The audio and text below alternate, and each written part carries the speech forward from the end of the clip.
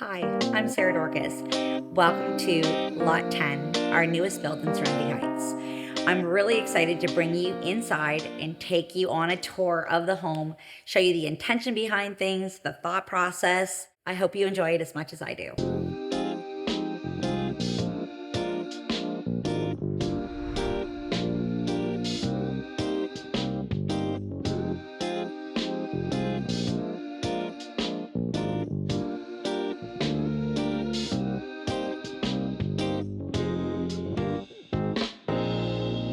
The front entryway, believe it or not, though it's a very small area, it actually posed a lot of questions for me and how am I going to work with this space.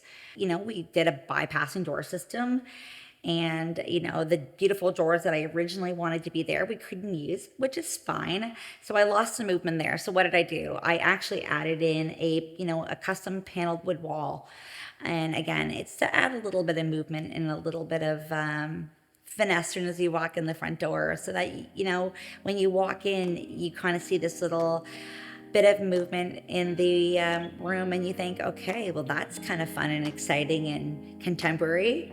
What else am I going to be looking at? And I want you to be able to turn your eye slightly and be able to see the movement and the fireplace and the Venetian plaster, and then let your eye, graciously carry out through the rest of the house and see the intention behind it.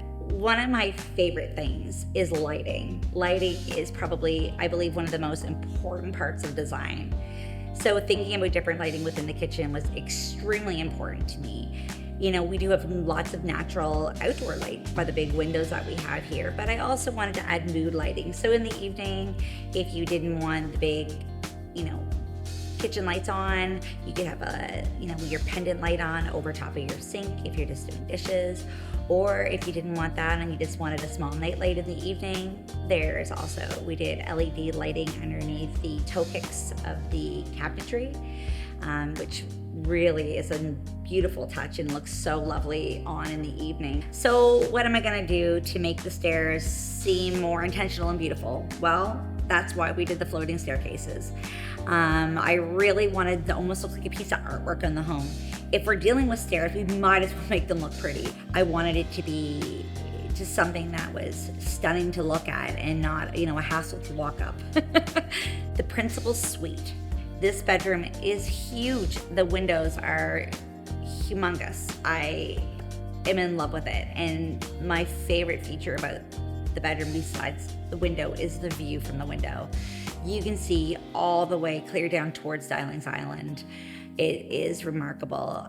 So what we did is we actually did a 3D texture on the wall where we added some trim, and we painted it to kind of almost give like a plaid wall effect. And again, it added some movement. We kept it with the same color as the room that it was already, but it gave some movement. And then moving forward to the fireplace, because there is no grand suite or grand principal suite without having a fireplace in your bedroom. So we were very intentional there too. So I made sure that, we did add a little pop of color. So we added, we did that black, but then we also stuck with the same plaid trim. And I actually did that in a wood tone to go with the rest of the home, and adding in, again, that wood element, and the same thing on the mantle. But as everybody knows, the principal suites are wonderful and they're great, but nothing's better than a walk-in closet. And I will tell you, I am very pleased with this closet. We did a mounted LED light, dressing light on the wall. We do have all custom built-ins in the closet, like a beautiful custom closet system where there's ample room for shoes and sweaters and jewelry and dresses and shirts and ties and whatever you have. The principal ensuite was a challenge. So we really thought long and hard. And one thing that was important to me as a woman is having a makeup space, a vanity space, a spot where I can sit and do my makeup or do my hair.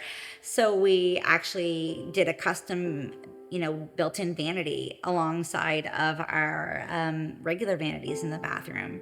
And we decided to go with, solid wood construction on the vanities because, it's in a bathroom, and, we wanted to add a little bit of extra charm by doing so.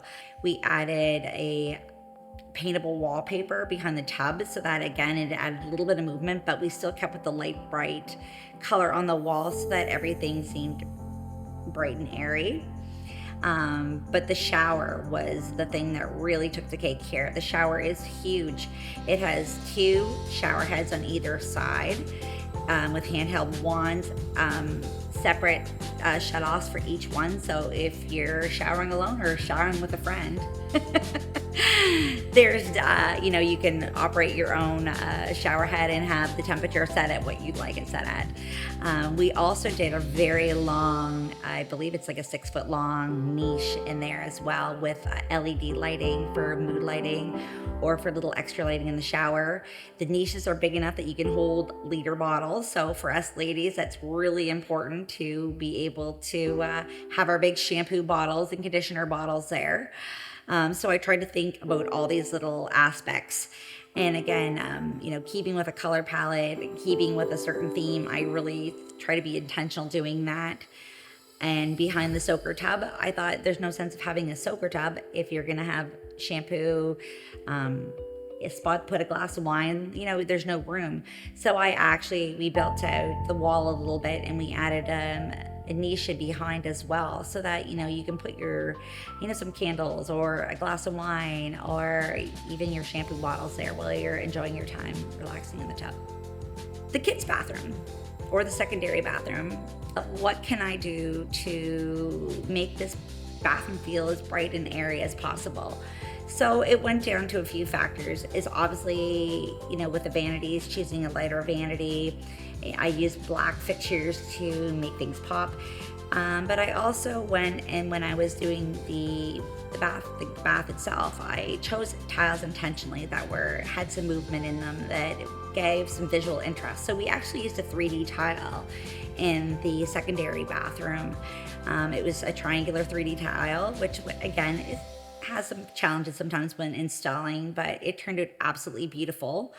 And I went from using that tile, we had a really long, big shower niche, which has ample storage for all your needs, all your shampoos and kids' bath washes and everything else. And again, it's a kid's bathroom. I want to make sure that it's easy to be cleaned. We can get the grime and dirt off really quickly. So I thought about those things and was very intentional. We added lots of storage. Hooks, because as you well know, kids are not going to use towel bars because it's just going to end up on the floor. So again, I thought about those things. Again, with the home, it's a 3-bedroom home, and the bedrooms are really nice size. So nobody's going to be slighted on who's getting the bigger room. Each room as well has beautiful walk-in closets, and we did not spare any details in there as well. We did keep the rooms to a very neutral palette, so depending on who's moving in, they can customize it to whoever they want. But we did do custom built-ins in the closets so that there's ample storage for clothing, for hockey gear, dance gear. I feel that the rooms are really versatile and they have a lot to offer for anybody that's going to be buying. My absolute favorite part of this house is going to be extremely surprising for most people, but it is the very first dog shower in one of our Homestar builds. As a dog owner myself, I have 2 small dogs, and there's nothing that was annoying me more than trying to wash the dogs in my bathtub at home. And I thought, man, I wish I had a spot to wash my dogs. And when we were looking at the design of this house, I thought this is the perfect house for that. Most people have pets, and I thought, hey, even if they don't have pets, it's a great place to fill up your mop buckets or to wash your, boots off or whatever. So it's definitely a really cool conversation piece. I decided to have a little bit of fun with it. I used a really fun wallpaper with fun bold colors. I integrated that within the tile system that we did in the dog shower. I made sure we had lots of little fun touches in there.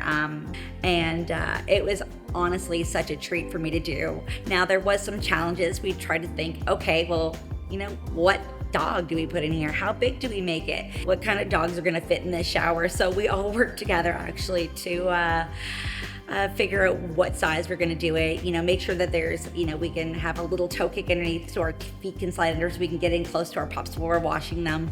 So it was really neat to do that as a team effort and have everybody that at first were a little hesitant about a dog shower to everybody loving the dog shower at the end of it. So honestly, that was probably my favorite part of the house.